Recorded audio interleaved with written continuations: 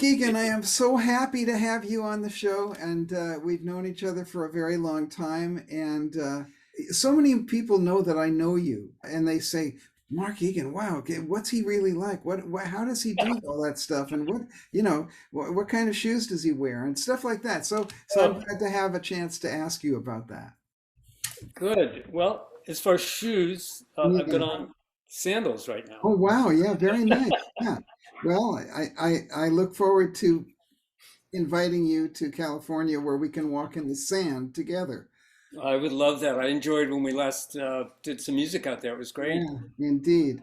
Well, here's the thing. I'm going to ask you a kind of a provocative kind of question because you are not just a master musician, but you are a master collaborator. And that's my question to you today. Why do you think you've been able to work with such disparate, and I do mean disparate, artists doing completely diametrically opposed things? What is it about you that makes you able to work with all of these different people? And that's a very good question, Richard. I think it comes down to my personality. I mean, the way that I am, I can fit in a lot of different um, situations with people, and the way that I relate to people. I sort of, when I get into a situation, I'm all ears and I'm listening to what's happening, whether it's just meeting someone from the very beginning, even unrelated to music. It's sort of in all my relationships with people, I cross a lot of borders and boundaries and things. If it's in the spirit of what I want to do and I feel like they're amiable people, then I like to be there. And I think as that applies to my music, um, I'm a baby boomer, uh, and I came from a lot of different styles of music. So I think um, I have a lot of different influences, so that I'm attracted to a lot of different music. So I think that lends itself to being able to be in a lot of different situations, like you mentioned, and being open to trying different things and not just fixed in one area. I like a lot of different things, and I'm not limited in that way. I'm not just a jazz player. I'm not a funk player. I like extremely avant-garde music and extremely inside music, funk, straight, down the middle. So um, I Oh, just like it if it's good, and I like it especially if I feel that I can be creative within it and sort of yeah, lift it to another area and have it be malleable so that we can take it to some different places. So right. I And guess the basic it basically comes from my personality, I think. yes, and I really would say that we've worked together in a couple of situations and a couple of situations where perhaps there was perhaps a little bit of hair in the situation. What I mean is it got hairy. And the hip thing about you is that you were as placid as a placid lake during any, if things, go slightly, south or cartoonish, you're just, you got that calm. Now, why do you think you have that? I mean, what about your upbringing in your life has given you this kind of nice calm? Maybe it's just, phony, and I don't, you're not really No, like, it's no, but that's how it it's not seems funny. to us. Um, I was blessed to have great parents that were very supportive and really let me do what I wanted to do as far as playing music or whatever I wanted to do. They trusted in me and they gave me a lot of good values. So I think much of it comes from upbringing. Hmm. Also, again, the personality style that I am, I'm mellow, but I'm intense at the same time. I mean, it's obvious in the different types of music that I am, but it does take a lot to really ruffle me up, to make me say, okay, whatever, in so many words, that's it, that's Yeah, enough, I'm out of here. right. But my threshold is pretty high for that. So over the years, I think I've been more selective to keep away from things that I don't want to, that would maybe raise me to that threshold. But um, I think I have a mellow personality, some Yeah, people would say, but then other people know me and say, you're really intense. So, it well, really, it really is multifaceted. a lot of philosophy and things that I believe in come from more the Eastern philosophies, and which Yes, deals with more meditational music. And yes, for some reason, I've always, not to really change the conversation, but I've always been attracted to Eastern music and the music like of Ravi Shankar initially, and then yes, to all the music that's happening. So it's just the part of the way I am, you know. Uh, yes. Well, you and I are exactly the same age, which oh, I makes me didn't remember that. understand very much what you're talking about, because as a baby boomer, we grew up at a time when variety was a good thing. Yeah, When, oh, look at this, that's nice. And oh, look at over here, this is really cool. And all the pop music of our generation when we were growing up was, the Beatles were not like the Who, but we could like both of them. yes. And so those things, it's a different era now.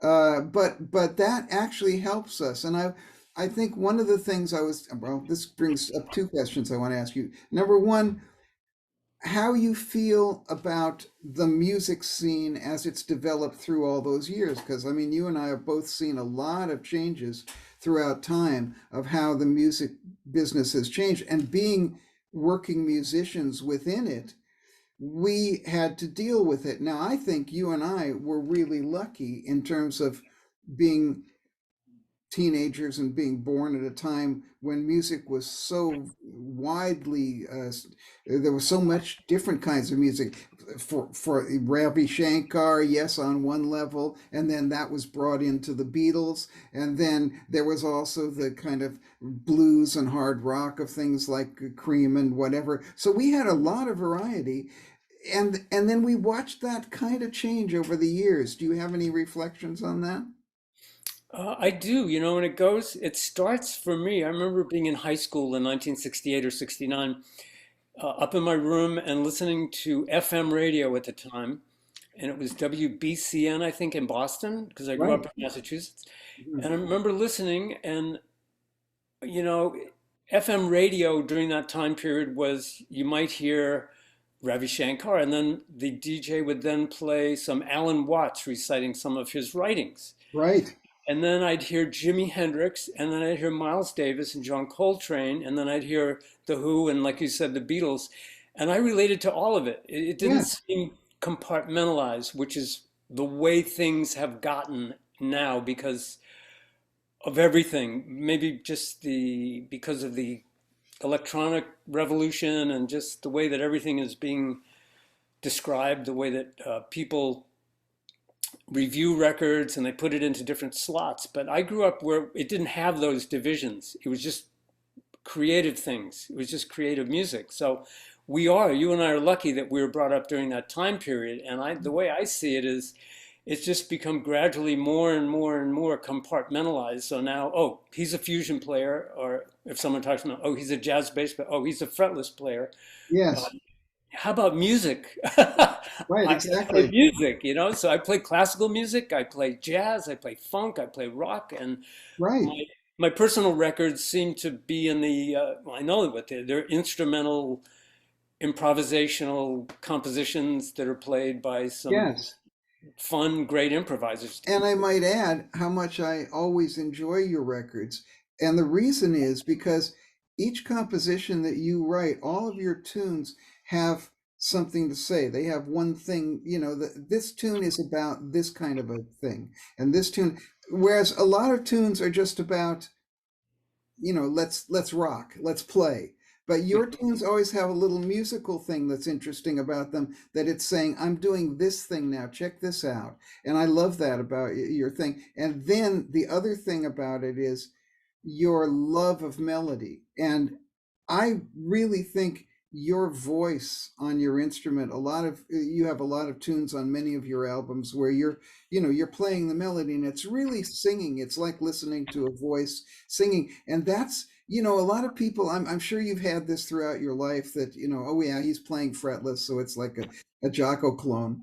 But I don't think that's true at all. And I don't think you sound like him at all. And I think you sound like Mark Egan because of that love of melody and that singing quality. And maybe I mean, I guess I'll ask if that has anything to do with the fact that I know you also play trumpet.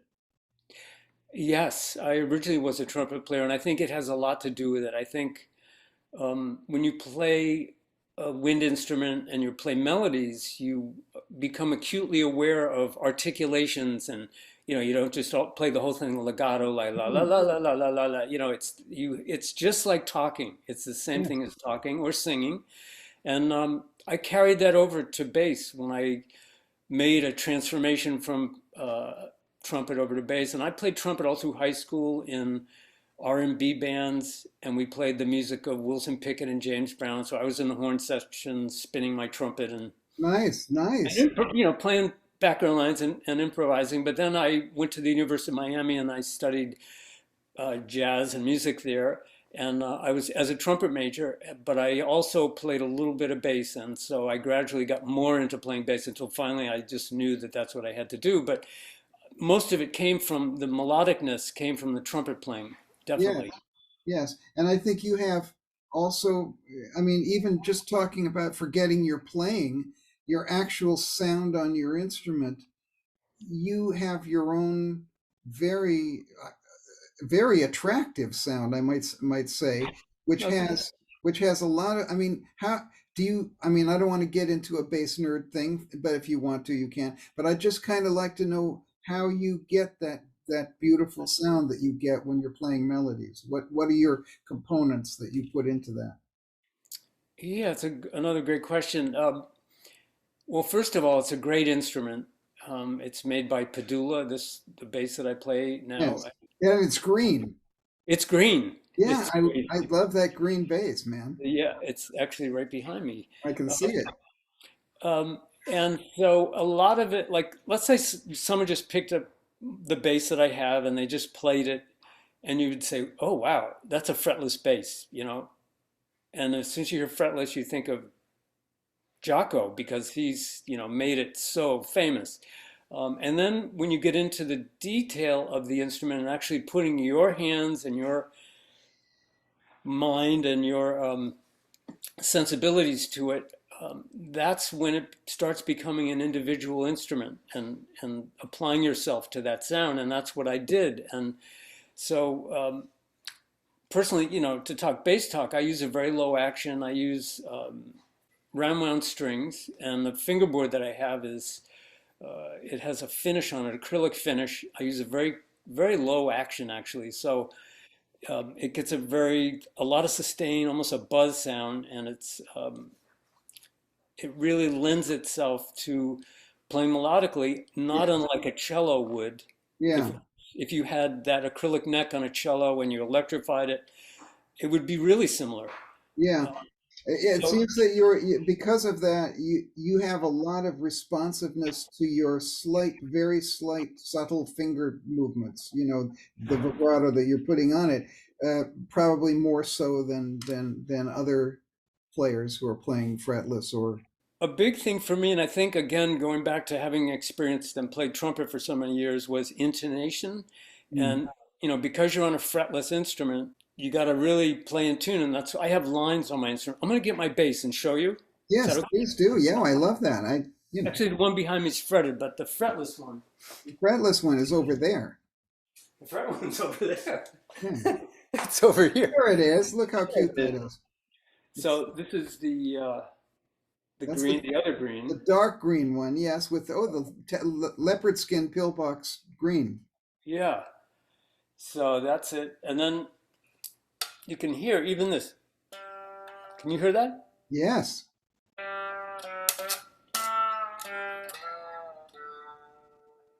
right.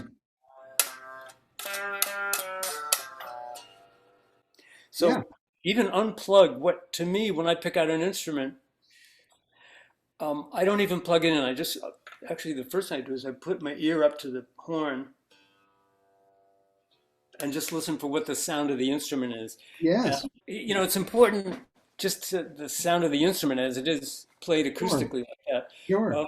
So those are like some of the elements that go into it. I think, as I said, I use a very low action, so there's a lot of nuance, so you don't have to really pull hard to get the sound out of it.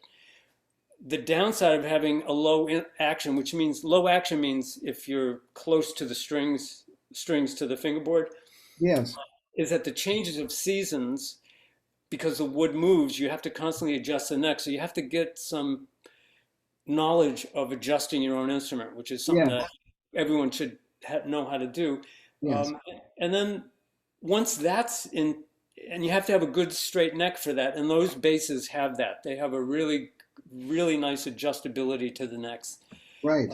So all of those things contribute to it. And then it's the sensibility of how I want to voice a melody. And I'll never forget when I first started playing fretless, I said, wow, this is what a great instrument, because you can play one melody an infinite amount of ways. Yes. And so I just said, wow. And you do that by sliding from below or down from Yes. above and Right. slightest amount of vibrato. And but I think you have to watch out with vibrato. It's like with singing and anything. Yeah, sure. Absolutely. Too much of vibrato. It says, it's too much. Yes. Yeah. um, but I use it subtly, and it sort of enhances and lengthens the notes. And then sometimes I play very staccato without any vibrato or Yes. any type of buzz at all. So it depends on what the music calls for. So, Yes, indeed. Yeah. some ways that I approach playing the melodies on the fretless. Right, right, and lovely ways they are, big boy. Once you start with that kind of ability, then we look at it. I'm going to look at it back from the other point of view. Is that when you are collaborating with all these people, you obviously have a lot to offer of different sounds. Like if you're playing a funk gig or a jazz gig, a straight ahead thing. So do you sometimes use different instruments than either the fretted one or the non-fretted one? I mean, do you have others that you will use for a specific gig? Yes, I do. I have a fretted version of that bass, that's the one that's right there Right. behind me. Um, and then I have a Fender jazz bass, 1964 jazz bass that I've used a lot on studio work where you want to sound more like just a Motown sound, and Right. it just sounds right. It just sounds great. And then I have several double neck basses, which is 8 string fretted, 4 string fretless. But those are more for my own music. Although I do play Sure. 8 string fretless on different records and things. But yeah, it depends on what it's called for. A lot of times I play fretted. I don't. It's only if it really feels like something that needs more of the drone type of feel that I'll Sure. use fretless on it Sure. Sure. or melodically. I remember the project we did in California with Eric. Yeah, I played a lot of fretted on that. It seemed to need that center of tone because there was so much else going on. Because Eric was such a virtuoso, I didn't want to get in the way and stuff. Yes, and it was classical music. There were more notes, and I had written you a lot of notes. Yeah, Swine that I you am. did. You did. Yes. Yeah. Um, so that brings me again back to this collaboration thing. I'll start with the easy side of the question. What was the most fun collaboration you've ever had in all of your professional life? Probably would be my collaborations with the Gil Evans Orchestra, Right. because that was the culmination of all the experiences that I've had in an atmosphere where we had free reign to be as creative as we want, and it was with some of the greatest players in the world. So to Indeed. me, that's what I would say, playing with Gil. I've got to ask you to talk a little bit about Gil. Yes, please. Well, I just want you to give me a little idea about how you met and what things he said to you while you were working with them and those kinds of things, because I think people think of him as this mystical figure on top of a mountain, or somebody, but you got to work with the real guy. So I'd love to hear some of your fun experiences with him. Yes, well, I worked with Gil starting in 1982 or 83, and there was I think it was called the 55, not the 55 bar, 50 Grand, I think it was Grand Street. There Right. was a club there where a lot of people, we played with Hiram Bullock and Clifford Carter and Jocko was around. It was a hang down in the West Village. And Gil used to come to that sometimes and be there. And that's where I first met him. Actually, he had called me to play with him in 1980, but I was on the road with Pat Metheny. We had to do a rehearsal in Boston with Pat, so I couldn't do the Gil gig. Right. It was a conflict. So that's when he had first called me up. And then we stayed in touch, and I saw him at that club many times. And then finally, he asked me if I wanted to join the Gil Evans Orchestra, which had a steady every Monday night stint at Sweet Basil, which is a club in New York City. That was in 1983. So that was the first time that I played with him. And it was interesting because that first gig we did, there was no rehearsal. Here I was going to play with Gil Evans, who did Sketches of Spain, and Miles Ahead Plus 19, and all the classic records that if anyone doesn't or hasn't heard of Gil Evans, I really highly recommend that they get some of those records and check them out. He had charts in the book. A lot of them were head charts. I was thinking we were going to be playing more through composed pieces, but it was a lot more sketches that we did, which allowed for a lot of improvisation and a lot of everyone to just come up with what they thought it should sound like. And one of the things that Gil would say to us is just play whatever you want, whenever you want. So imagine having that type of freedom, you know, Exactly. and plus having the respect of being around Gil Evans, who was Miles Davis's mentor. And so you know you're in the presence of really a high being when you're around him. He was a very quiet man and wasn't forceful and would just, a lot of times the way a song would start out, he would just start at the piano and start playing a groove. And all of a sudden it would be one of the Hendrix songs, Up from the Skies, that we did with him. And he'd be Mm. playing the groove. When we go into it, there's no mention of who was going to solo. People just stood up and played when they want to play it, and the horn sections would come up with background parts that they invented. Lou Soloff was one of the big components of that band, who Mm. his amazing playing and his imagination and his he had the audacity.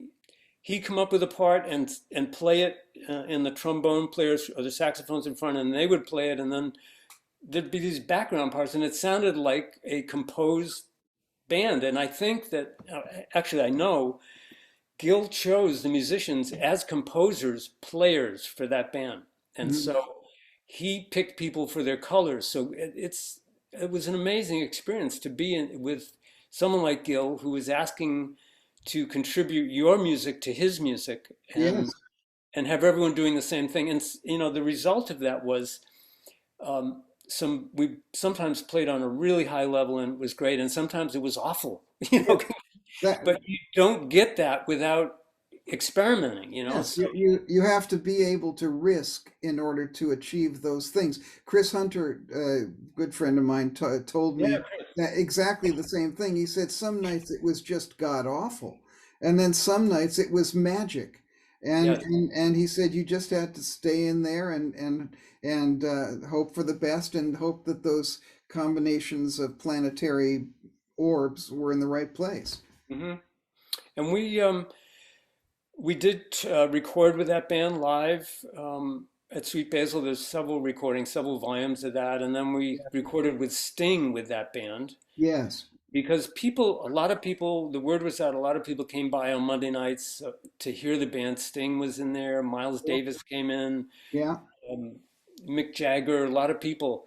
Yeah. And as a result of Sting coming in, he wanted us to record on his record, which we did. We recorded on Little Wing on the Nothing Like the Sun album. Right.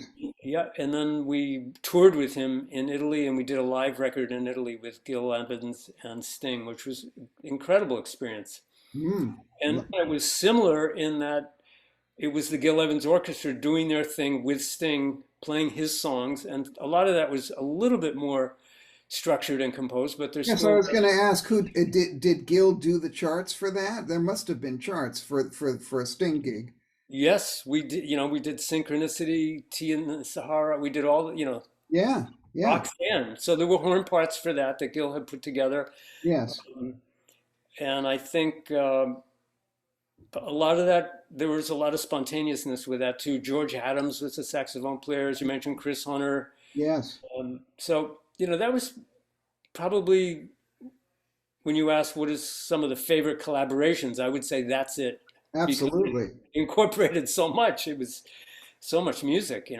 Absolutely, and I'm so glad that you've been able to tell the Radio Richard crowd who's out there listening about this because I know that they are particularly interested in that.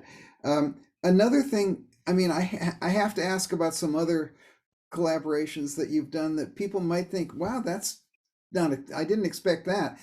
The fact that you played with the Duran Duran thing, Arcadia, I would love to know how that came about and what that experience was like. Oh, sure. Well, I done and I do a lot of work in the studio. And during 1985, I was at Right Track Recording working on another, actually our own record for our group Elements with Danny Gottlieb. Right, elephants.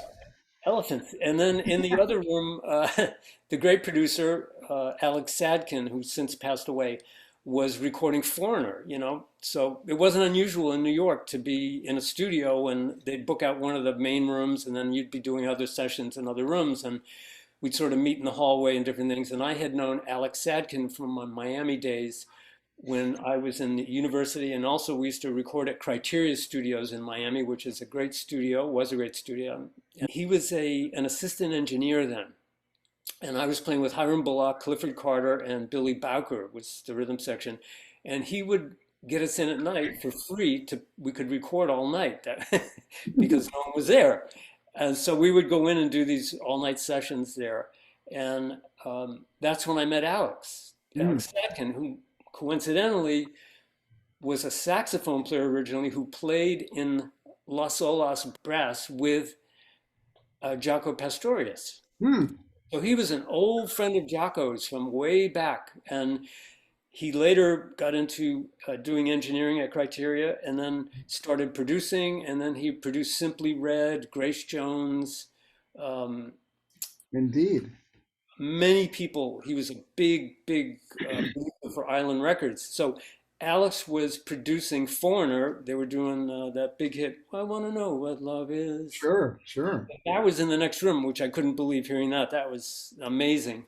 Yeah. But Alex came out and he said, "Hey, Mark, how's it going?" I said, "Great." And he said, "Would you be interested in playing with the guys from Duran Duran?" And they're doing a different project. It wasn't named as of yet. It was Simon LeBon and Nick Rhodes were doing a duo project. Right. So I said, "Absolutely, I'd love to." So he mentioned my name to them, and long story short, they called me. Their manager called me and talked to my manager, and we hooked it up. And about maybe a month later, I was in Paris for 6 weeks recording the album Arcadia, So Red the Rose.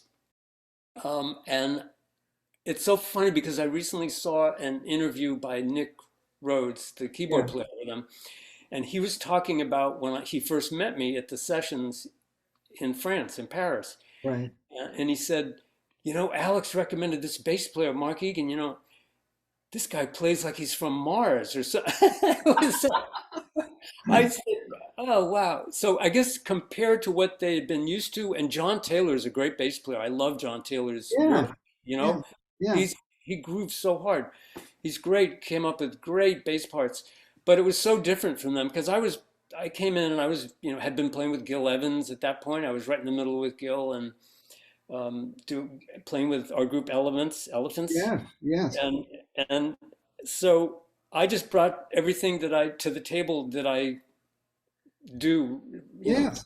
and so we would do tracks, and we did that record, and it was an amazing creative experience. Steve Yeah. George was the There's some drummer. really nice tracks, and I love the fact that they actually, every once in a while you play a melody, and it's so great, to hear that Yeah. in that context, and there's a lot of electro stuff going on. I'd still hear, oh, there comes Mark playing a beautiful melody, and it was a nice combination of elements and Mm. elements.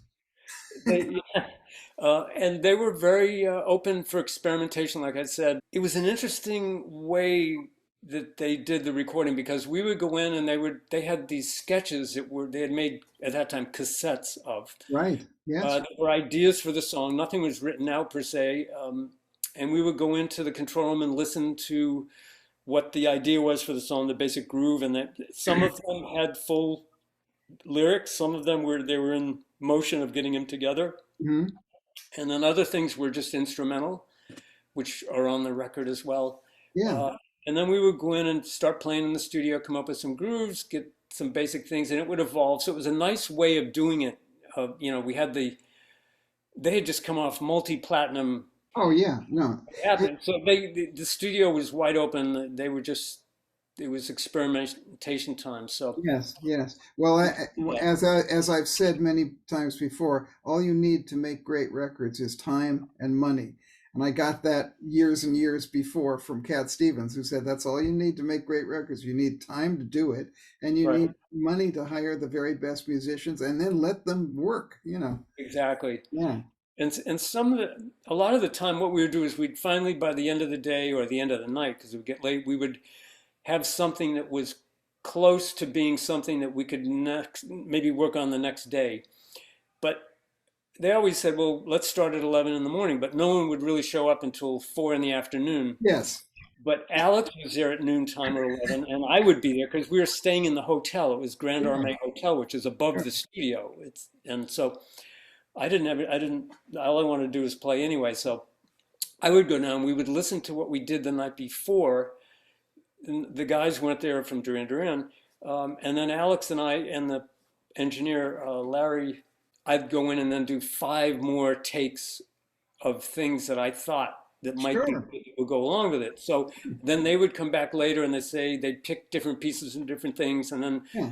they'd say, "Why don't you do a whole one that's this and that?" And so we had the leisure of doing all that, and That's nice. it was Yeah. nice. Very nice. Um, I'm now going to ask you the more difficult side of the question, which is what was perhaps the most unpleasant or just difficult session that you've ever been called upon to do? Right. Well, here's one, and I have a couple, but this is a live playing situation where I was playing with the Manhattan Transfer in Israel at the Red Sea Festival in Eilat. And it's an outdoor festival, and all the stages are made out of these big, huge shipping containers that you see on these giant ships, Right. Yeah. made into like a U. So we're in there. It's in the summertime. It's 100 and whatever degrees. It's so hot. And later in the afternoon, the wind comes, and it's heavy wind. So we're getting ready to play this big concert. It's sold out. I'm, I get all my music in order. I have a piece of plexiglass on the music with things that hold it down, so because I knew it was going to be windy. They count off the first piece, and this huge gust of wind and blows the whole stand off the stage, and all my music goes flying in the air and out into the audience. And the band has already started. They're singing, and we're in the middle of this. And I was reading. I didn't have it memorized because I hadn't played with them that long. It was the first or second tour.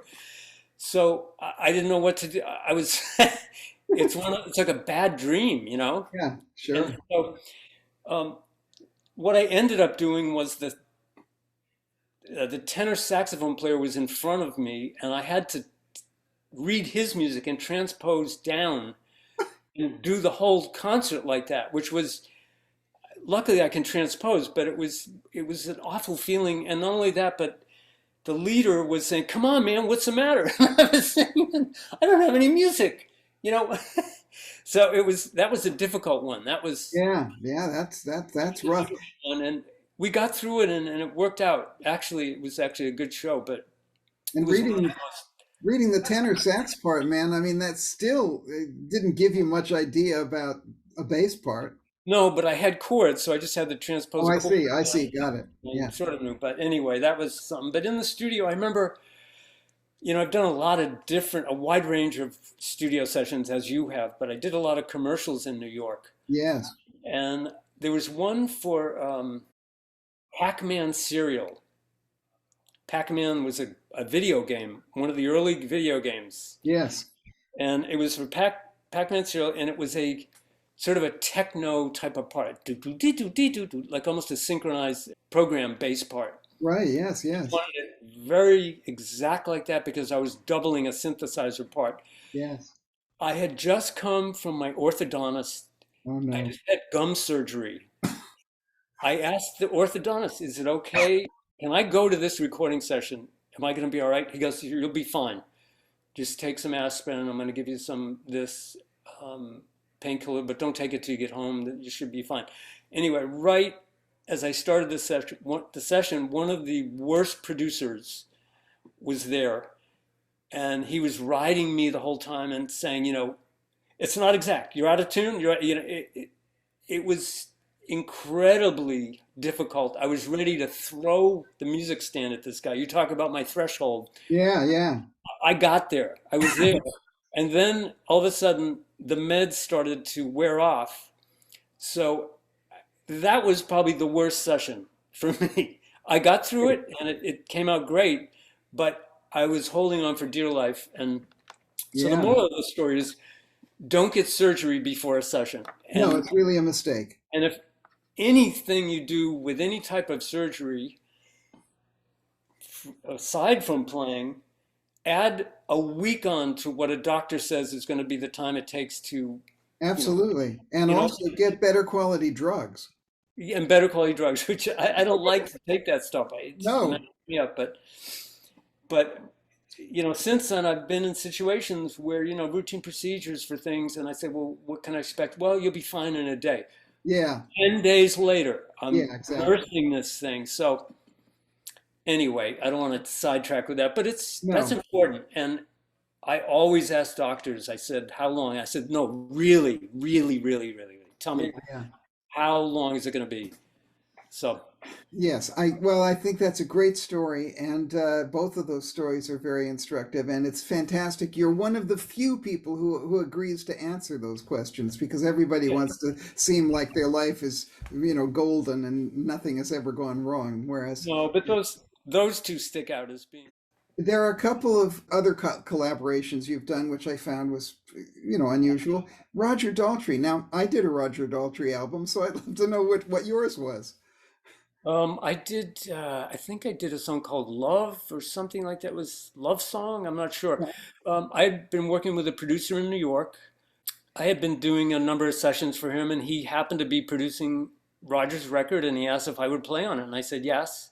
And I didn't meet Roger at the actual session. I met him at the Beacon Theater in New York Right. at some event there, and I said, "Yeah, I played on your record," and he was very nice, and it Yeah, was nice playing with him. I've been a big fan of theirs for a long time. of course.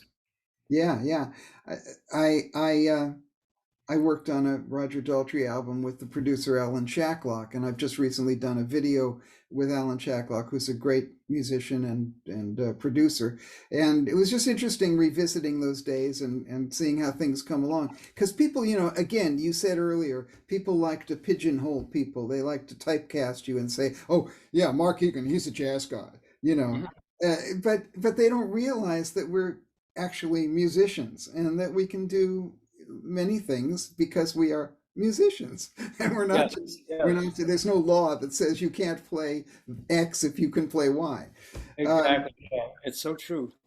One interesting thing that I think you could offer to people is just a little bit of advice to young musicians coming up, considering the way you've seen music change. What I always feel is it's likely to change again. So, what advice would you give to people who want to become? I've just written a book called How to Become an Employable Musician.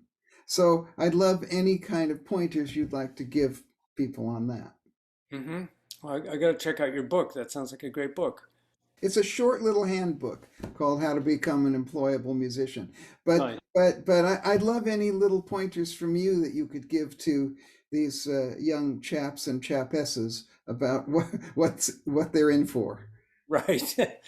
Well, it's a changed world from when we started playing as far as a lot of the opportunities, but I think the one thread for me that I would pass on to someone who's just getting into it now would be to really follow your heart. I know it sounds maybe corny, but It's not. And if you really believe in something and are open, just keep going after that pureness of that music. I always wanted to be around creative music and around different people. So that my curiosity with wanting to be with good players and play creative music, and the more I heard and the more I discovered people like Miles Davis and Jimi Hendrix and Cream and John Coltrane and John Cage and Yeah, yeah. all the Johns, All um, the Johns, yeah.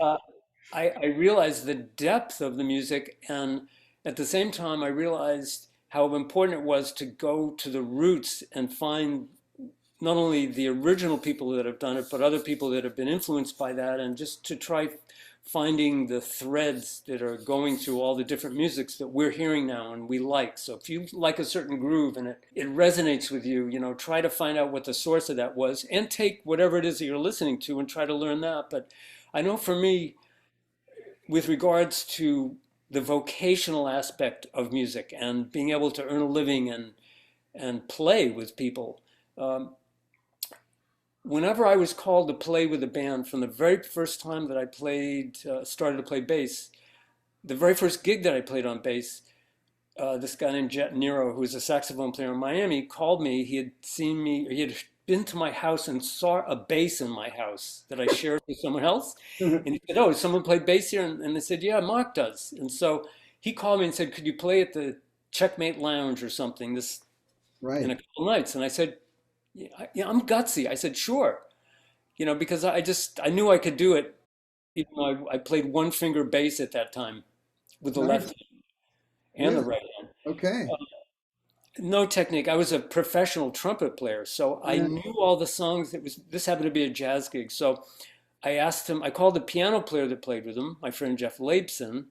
I said, "Jeff, what songs do you play with him?" And he gave me a list of all the songs, which I knew from playing trumpet, but I Uh-huh. learned them on bass in the next 2 days. Wow. And then I did the gig, and I'll never forget. At the end of the gig, it went really well. He said, "Do you want to play with me steady on do you want to go steady?" I said, "Sure." So I played at these little funky lounges, even though I was playing, as a trumpet major at the university. I Right. started playing a lot of bass, and it was only because I took that leap of faith. But I also did some serious shedding in 2 days so that I wouldn't stink at it. Exactly. Exactly. Yeah. So, and that has been the case all through my career. If someone calls me to do a gig or something, I'll say, "Send me the music." And just like I did when we did the project with Eric, with Yeah. you. Yeah. And I shed it. I study it. I go in on it. And I remember when I first came to New York, another example, Diodato, the famous Right. Yes. composer who had 2001. Indeed. Yes. That was Another of your amazing credits. And so playing with him, he called me one day. Jeff Berlin, the great bass player, Yes. recommended me to play with him. So Diodato called me right when I was first in New York, and he said, "I'm doing a tour. Who have you played with?" And I said, "Well, I just got off the road with the Pointer Sisters." He goes, "Okay, do you want to go to Australia for a month?" He hadn't even heard me play. Right. Nice.